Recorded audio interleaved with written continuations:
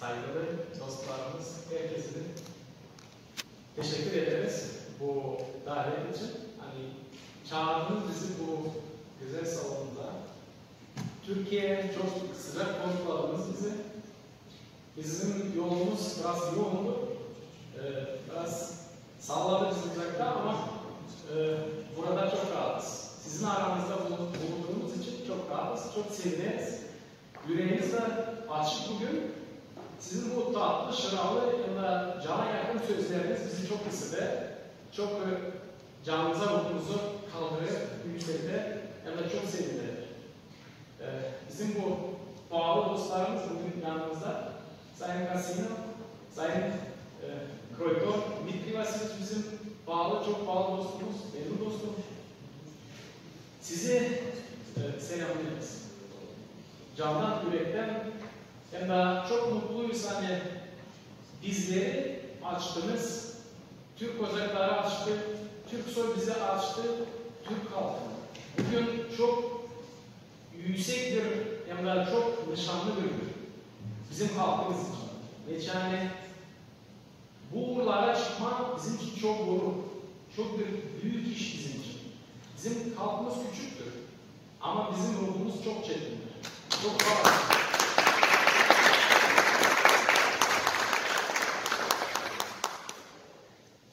Zorluklar geçirdik. Ama Allah'ın yardımıyla hayata bulduk. Çok seviniriz hani bu uğurlara çıkıştık. Bu adım basamak bindik da sizinle bugün çok mutluyuz hani birlikteyiz. Sizlere birkaç şiirimi okuyayım. Sanırım hani şair olarak daha çok konuşmadan şiir okuması daha iyi.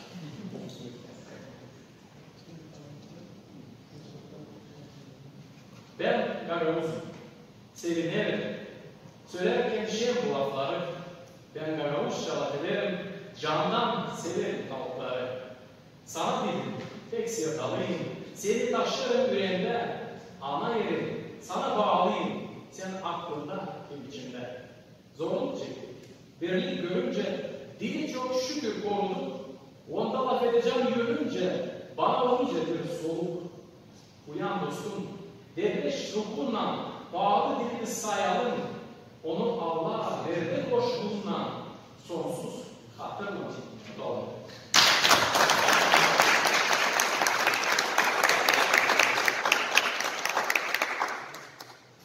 Bu iğne derimizde mutluyum hani benim de birkaç şiirim basıldı.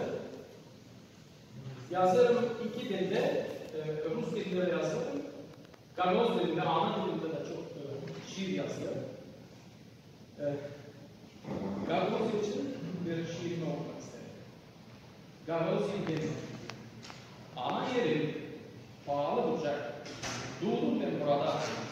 Anam aldı beni kucak, çaldı türkü bana. Küçüklüğümden ana dilim girdi ta canıma, orada yazma benim yüreğim, kemkiye beynim kurma. Halkım benim, Gagavuzlar, girgin hem çalışkan, yaşarlar her gün beraber Allah'tan evvelden. Aramızda var adamlar, arif hem anılmış, resimciler hem ustalar, bilgiç hem öğrenmiş, gerçekler büyük vatanın, şem Gagavuz yeri, umutlanır hep tarafım, bakar salt ileri. Koy yaşasın, mutlu halkım, şahleşsin dilim, bize yardım et Allah'ın birlik hep severim. Da olalım, sıkı bağlı, küçük bu devlette. Ol Gagavuzyan, şahlı, örnek bu dünyada. Kökleri, bizim köklerimiz aynı ağaçtan, aynı daldan da biz bir parçası. Benim danışmam bir şiirim, Gagavuz halkı, pahalı halkı ama neden pahalı?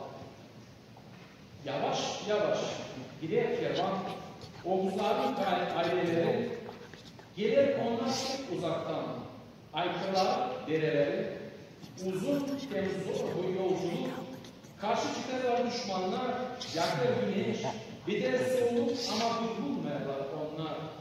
Geride kaldı büyük zorluklar, bucak bize vatan oldu. Zengin, bereketli kırlar, yeşil, meyve, üzüm dolu. Altay sırtlarını bırakıp, ana baba yerlerini gök tanrıdan izin alıp yolu tutar halk ileri. Başka halklar kayıp gitti. Zaman yürüttü izlerini ama girdim halkın benim kurdu kahvi devletini. Gagalozlar diri, yaşlı, güzel ana dili öter. Dini, adetini tutar. Kel şükür Allah'a söyle.